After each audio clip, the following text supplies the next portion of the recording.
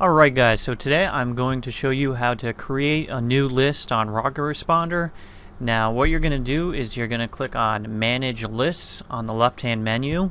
If you've never created a list before, it'll go straight to the Add a List page, but if you already have one, you can create a new one by clicking on Add a List.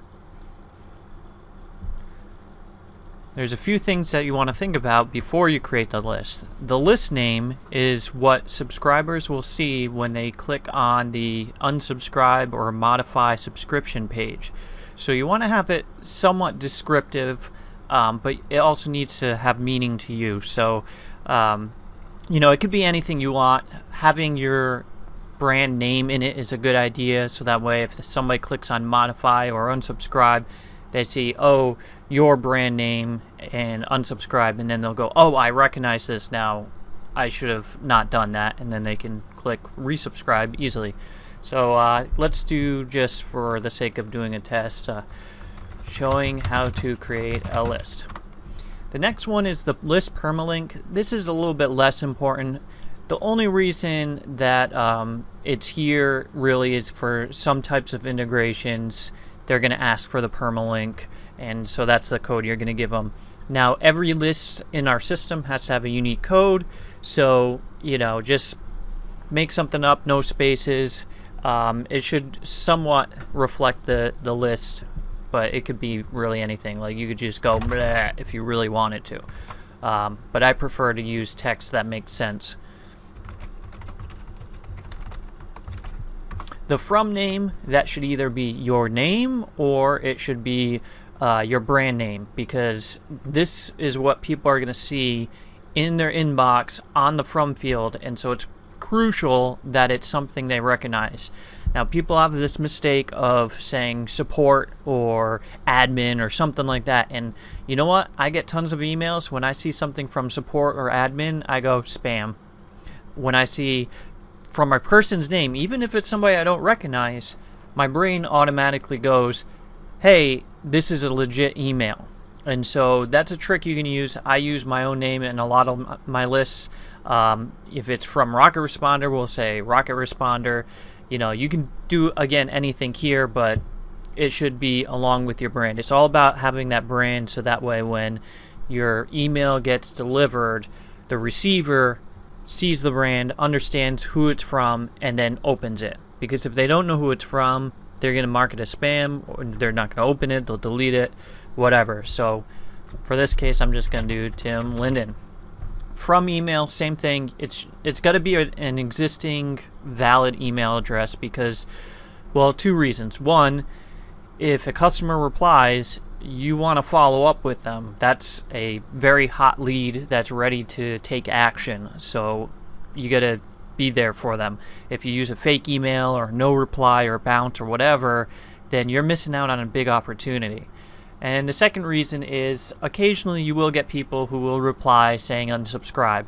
Now, you could just ignore those emails and they'll keep getting your emails and get frustrated and report it as spam, or you can usually, when they reply, it'll even have the unsubscribe link in the reply message.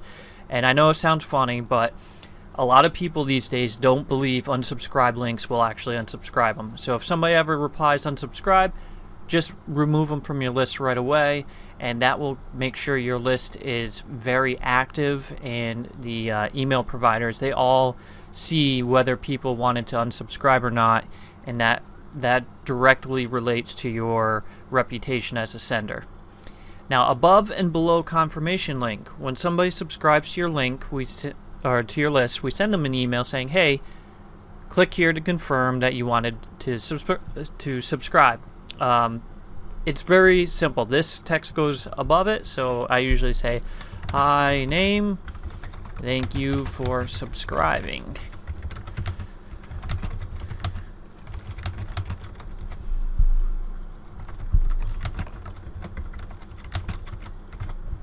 Now, I always include my my name in the below section because it's kind of like a signature.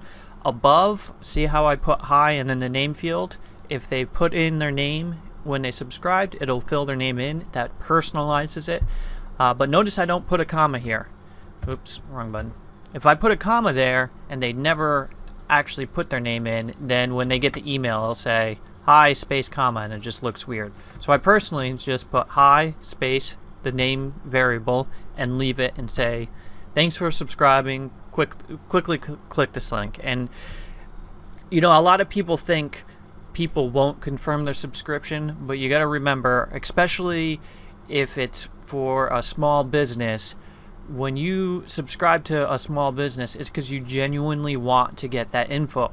And so requiring them to confirm, not only does it fulfill CAN spam compliance, but it actually makes sure there's nobody abusing it, putting in, you know, fake emails, trying to mess up your list. Because unfortunately, we live in a world where people set up bots, and if they see a form on your site, they'll start sticking in tons of bad email addresses just to hurt your image, and you don't want that. So you don't want any negative PR. You want to make sure all the emails you send out are to people who want them, and that's how you're going to get the most out of your list. So fill this out and be consistent with your brand. If you are offering them a coupon or something for subscribing, remind them in this email, say thank you for subscribing, click this link to confirm so you can get your free coupon. And then they'll get the email and go, oh yeah, the free coupon, I gotta click this right now. Notifications, this is pretty obvious. You can be told when somebody subscribes, when they confirm, or not at all. I personally say not at all because I can look in and see the stats. And then follow-ups, if you add follow-up emails, which are automatic emails that just continually go, you can make them repeat once they get to the end of the queue. So you could have 10 emails spaced out, you know, every other week, and then have this set up to just automatically restart that series at the end of the 10 email period. And that's pretty useful. Say you have a restaurant or something and you want to give out coupons to your subscribers at seemingly random intervals. You can set up the follow-up series at different amounts of days and all that stuff, and then just have this repeat. And so, you know, every couple months it'll start at the beginning again, and they'll get all those offers all over again, which is just another way of automating some of this so you get more out of your list. Sometimes I have it repeat, sometimes I don't. It depends on the follow-up series that I make. Then you hit save, and that's it.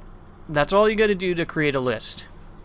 If you want to learn more about all the rest of what you do now, watch the other videos, but for simplicity's sake, I'm going to break it up into segments. So more videos to come.